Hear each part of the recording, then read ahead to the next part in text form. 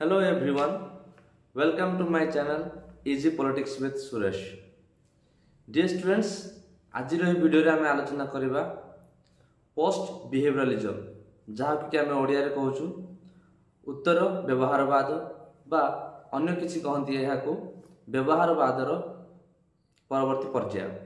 Dear students, आज भिडियोटी बहुत important कहीं कि ना एही टॉपिक रो अनेक समय रे शॉर्ट क्वेश्चन आस्था है एवं लॉन्ग क्वेश्चन मध्य बेले बेले आस्था है, किंतु निश्चित रूपे 100% मुझे की ग्यारंटी दे कहबी जे व्यवहारवाद और उत्तर व्यवहारवाद निश्चित गोटे क्वेश्चन तमे परीक्षा पाइब। तेणु जदि आम व्यवहारवाद विषय एवं उत्तर व्यवहारवाद विषय आम भल पढ़ीचे ताले आम सठिक आंसर दे पारिबा एवं परीक्षा रे भल नंबर रखि पारिबा।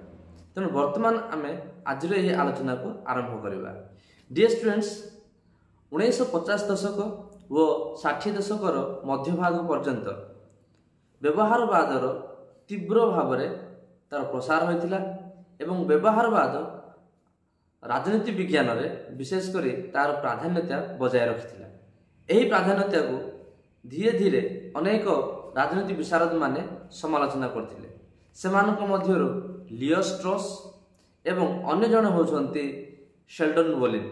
ए दुई जन तीव्र समालोचना करथिले, कारण व्यवहारवाद माने राजनीति विज्ञान अध्ययन को अधिक मात्रा रे पद्धतिगत और कौशलगत भाव में अध्ययन करथिले एवं राजनैतिक समस्या बा आंतर्जातिक समस्या सामाजिक समस्या गुड़िक ए समस्त विषय उपरे से माने अणदेखा करथिले बा ताकू द्वितीय स्थान दउथिले।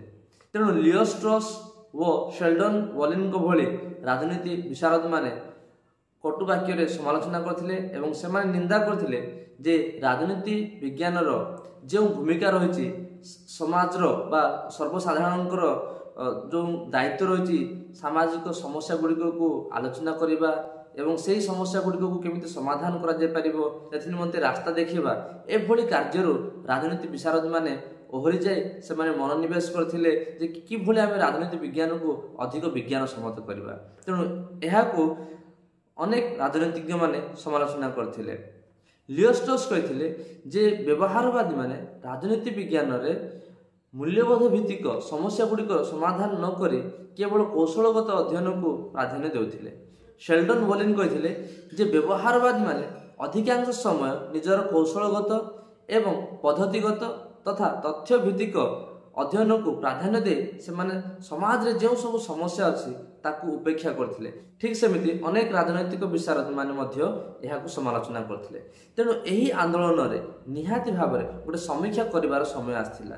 तेणु व्यवहारवादर अन्य एक प्रमुख प्रवक्ता बा समर्थक होछंती डेविड ईस्टन, जे कि अमेरिकन पॉलिटिकल साइंस एसोसिएशन रो प्रेसिडेंट थिले बा सभापति थिले। से समस्त को आह्वान करथिले जे व्यवहारवादी माने निजर अध्ययन बा निजर कौशलगत अध्ययन को परिहार करी बा परित्याग करी से माने जदि अधिक दृष्टि निक्षेप करिवे समाज रे जो परिवर्तन होउची से सब परिवर्तित समाज को कि भली आमे सामना करि परिबा एवं जो सब सामाजिक आवश्यकता गुड़िक रही से सामाजिक आवश्यकता गुड़िक कि भली पूर्ण करा जाय परिबो एवं समाज रे जो सब समस्या गुड़िक रही से समस्यार समाधान केमिति करा जाय परिबो सेथि निमंते व्यवहारवादी माने विशेष करी राजनैतिक विशारद माने मनोनिवेश करबा उचित बोली David Easton कहथिले।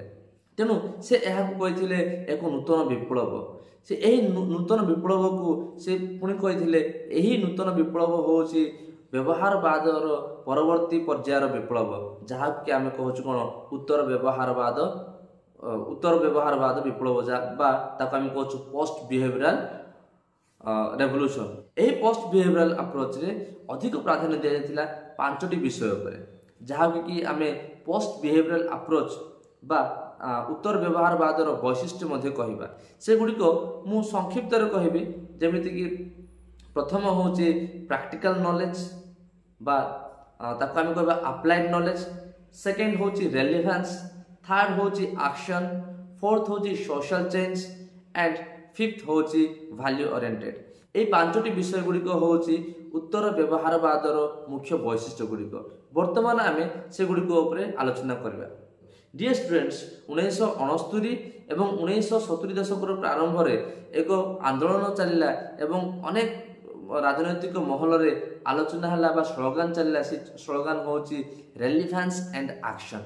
Relevance and action रो अर्थ होची प्रासंगिकता एवं कार्य। जो तत्व बा सिद्धांत गुड़िक व्यवहारवादी माने अनेक गवेषणा पर बाहर करथिले बा प्रकाश करथिले, सेही गवेषणा बा सेही तथ्य गुड़िक बा सिद्धांत जदि प्रयोग करा जाय परिबनी बा समाज रो कोनसी गुटे प्रसंग गुड़िक अछि बा विषय उपर जदि ताकू प्रयोग करी ताकू हम कार्यकारी करि परिबानी बा व्यवहार करि परिबानी, ताले सेही नॉलेज रो कोनसी आवश्यकता नाय बा सेही नॉलेज मूल्यहीन होय थाए। तेणु गोटिए सिद्धांत बा गोटिए तत्वर प्रासंगिकता रहिबा निहाती आवश्यक। तेणु कौ प्रसंग अछि वर्तमान ताहा यथार्थ कि नाही से विषय रे प्रत्येक राजनीतिक माने फोकस करबा दरकार।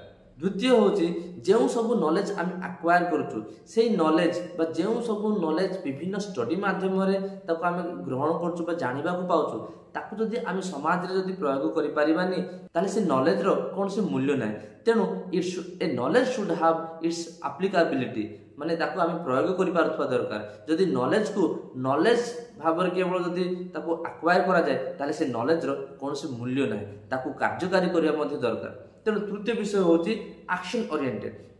उत्तर व्यवहारवादी माने अधिक प्राधान्य देथिले एवं से माने फोकस करथिले जे कोनसी तत्व हो सिद्धांत हो बा जेउ गवेषणा द्वारा जहा हम जानिबा को पाउछु ताको आम कार्य रे परिणत करबा दरकार। जदि आम ताको कार्य रे परिणत करि पारनु ताहले से ज्ञान रो कोनसी आवश्यकता नाही बा तार कोनसी मूल्य मध्ये नाही। नेक्स्ट पॉइंट होची वैल्यू ओरिएंटेड। व्यवहारवाद को अनेक महल रे समालोचना करिवा परे अधिक प्राधान्य दिया जायथिला उत्तर व्यवहारवाद रे मूल्यबोध गुड़िक को। आम मूल्यबोध को राजनीति विज्ञान रु पृथक करी केबे भी अध्ययन करि परिबा नाही। तेणु मूल्यबोध गुड़िक होची अत्यंत गुरुत्वपूर्ण उपादान गुड़िक जहा कि आधार करी आम राजनीति विज्ञान रो अनेक विषय बा अनेक तथ्य हो कि सिद्धांत हो तत्व हो एगुड़िक को आम गठन करि परिबा। तेणु a theory can be built only on the basis of values. Without values political science cannot be studied. So that is the approach that was focused and that was stressed by post-behavioral theorists. Dear students, वर्तमान में focus करबा अन्य को गुरुत्वपूर्ण विषय सेटा होची behavioural approach एवं post behavioural approach भितरे कौन सब डिस्टिंक्शन अछि। आ एटा होची एक गुरुत्वपूर्ण विषय कारण एथिरु शॉर्ट क्वेश्चन निहाती भाव में पड़ी थाए। तेणु एई जो डिफरेंसेस अच्छी से डिफरेंस को बर्तमान में जानिया चेष्टा करबा। प्रथम डिफरेंस होची जेतेबेले कि व्यवहारवाद अधिक प्राधान्य दे थाए प्रकृत ज्ञान बा शुद्ध ज्ञान बा शुद्ध सिद्धांत बा तत्व को प्रकाश करने बा गठन करने सेतेबेले उत्तर व्यवहारवाद अधिक प्राधान्य दे थाए प्रयोगात्मक ज्ञान को केमिति एक्वायर करबा एवं ताकू केमिति कार्यकारी करबा। द्वितीय डिफरेंस होची जेतेबेले कि व्यवहारवाद ज्ञान पाए ज्ञान को हासिल करने चेष्टा करता है एवं ताकू केमिति कार्यकारी करा जिवो सेथि निमंते यह कौनसी भाव में गुरुत्व प्रदान करन थाए। सेतेबेले उत्तर व्यवहारवाद ज्ञान पाई ज्ञान आहरण करिया परिवर्ते जो ज्ञान की आमर प्रयोग हो पारिबो समाज रे एवं जो ज्ञान द्वारा कि समाज रो अनेक आवश्यकता को हम पूर्ण करि परिबा ता साथे साथे समाज जते सब समस्या अछि ताको हम समाधान करि परिबा से सब ज्ञान को एक्वायर करबा पय फोकस करता है।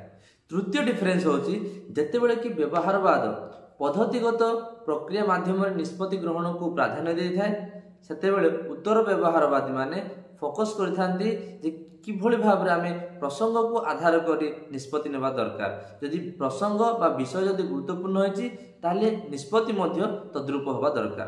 तेणु यह अधिक फोकस करथाए विषय उपरे बा प्रसंग उपरे एवं व्यवहारवाद फोकस करथाए पद्धति बा तार प्रोसीजर बा प्रोसेस उपरे। फोर्थ डिफरेंस होची जेतेबेले कि व्यवहारवाद मूल्यबोध को उपेक्षा करथाए एवं फैक्ट्स बा तथ्य को अधिक प्राधान्य दे थाए सेतेबेले उत्तर व्यवहारवाद मूल्यबोध को अधिक गुरुत्व दे थाए ता साथे साथे फैक्ट्स बा तथ्य को मध्य अधिक प्राधान्य दे थाए। नेक्स्ट डिफरेंस होची जेतेबेले कि व्यवहारवाद समाज रे जेउ सब परिवर्तन होची ତା ପ୍ରତି କୌଣସି ଧ୍ୟାନ ଦେଇନଥାଏ ବା ଆଗ୍ରହ ପ୍ରକାଶ କରିନଥାଏ ଯେ କ'ଣ ପରିବର୍ତ୍ତନ ହେଉଛି ଏବଂ ବ୍ୟବହାରବାଦର କ'ଣ ସବୁ ଦୃଷ୍ଟିଭଙ୍ଗୀ ରହିବା ଦରକାର, କେମିତି ତାକୁ ଆପ୍ରୋଚ୍ କରିବା ଦରକାର, ସେ ବିଷୟରେ ବ୍ୟବହାରବାଦ ଅଧିକ ଗୁରୁତ୍ୱ ଦେଇନଥାଏ। କିନ୍ତୁ ଉତ୍ତର ବ୍ୟବହାରବାଦ ସେତିକିବେଳେ ସାମାଜିକ ପରିବର୍ତ୍ତନକୁ ଅଧିକ ପ୍ରାଧାନ୍ୟ ଦେଇଥାଏ ବା ଗୁରୁତ୍ୱ ପ୍ରଦାନ କରିଥାଏ। କାରଣ ଏହି ସାମାଜିକ ପରିବର୍ତ୍ତନକୁ ଆମେ ଅନୁଧ୍ୟାନ କଲେ, ତାକୁ ଯଦି ଆମେ ଗବେଷଣା କରିବା, ଆମେ ଷ୍ଟଡି କରିବା, ତାହେଲେ ଯାଇକି ଆମେ ସମାଜରେ ଘଟୁଥିବା ଅନେକ ବିଷୟ ଗୁଡ଼ିକୁ ଜାଣିପାରିବା ଏବଂ ସେଠାରୁ ଯେଉଁ ସବୁ ସମସ୍ୟା ଉପୁଜେ ସେ ସମସ୍ୟାକୁ ଆମେ ସମାଧାନ କରିପାରିବା। ଏଗୁଡ଼ାକ ହେଉଛି ବ୍ୟବହାରବାଦ ଏବଂ ଉତ୍ତର ବ୍ୟବହାରବାଦର ଡିଫରେନ୍ସେସ୍ ଗୁଡ଼ିକ ବା ତାର ପାର୍ଥକ୍ୟ ଗୁଡ଼ିକ। ତେଣୁ ଡିୟର ଷ୍ଟୁଡେଣ୍ଟସ୍, ମୁଁ ଆଶା କରୁଛି ଆଜିର ଏହି ଭିଡ଼ିଓରେ ଯାହା ସବୁ ଆମର ଉତ୍ତର ବ୍ୟବହାରବାଦ ବିଷୟରେ ଆଲୋଚନା ହେଇଛି ସେଗୁଡ଼ିକ ନିହାତି ଭାବରେ ତୁମର ହେଲ୍ପଫୁଲ୍ ହେଇଥିବ ଆଉ ତୁମେ ପରୀକ୍ଷାରେ ନିହାତି ଭାବରେ ଲେଖିପାରିବ ଏବଂ ତୁମର ଗୋଟେ କନସେପ୍ଚୁଆଲ କ୍ଲାରିଟି ରହିବ এই ଭିଡ଼ିଓ ଦେଖିବା ଦ୍ୱାରା, ଏହା ମୁଁ ବିଶ୍ୱାସ କରୁଛି। ডিয়ার স্টুডেন্টস, আশা করছি যদি ভিডিওটি তোমাকে যদি ভালো লাগিছি তাহলে ভিডিওটিকে লাইক করিব এবং মো চ্যানেল যদি তুমি নয়া করে আসছো তাহলে চ্যানেলটিকে সবসক্রাইব করিব এবং অন্য সাংগমানଙ୍କୁ ମଧ୍ୟ এই ভিডিও শেয়ার করিব, যদ্ୱାରା কি ଅନ୍ୟ ସମସ୍ତେ ମଧ୍ୟ ଏହାର ବେନିଫିଟ୍ ପାଇପାରିବେ। ଏବଂ ଶେଷରେ ଏତିକି କହିବି, ଯେଉଁମାନେ କି ଯେକୌଣସି ଗୋଟେ ଟପିକ୍ ବିଷୟରେ ମୁଁ ଆଲୋଚନା କରେ ବୋଲି ଚାହୁଁଛ ସେମାନେ କମେଣ୍ଟରେ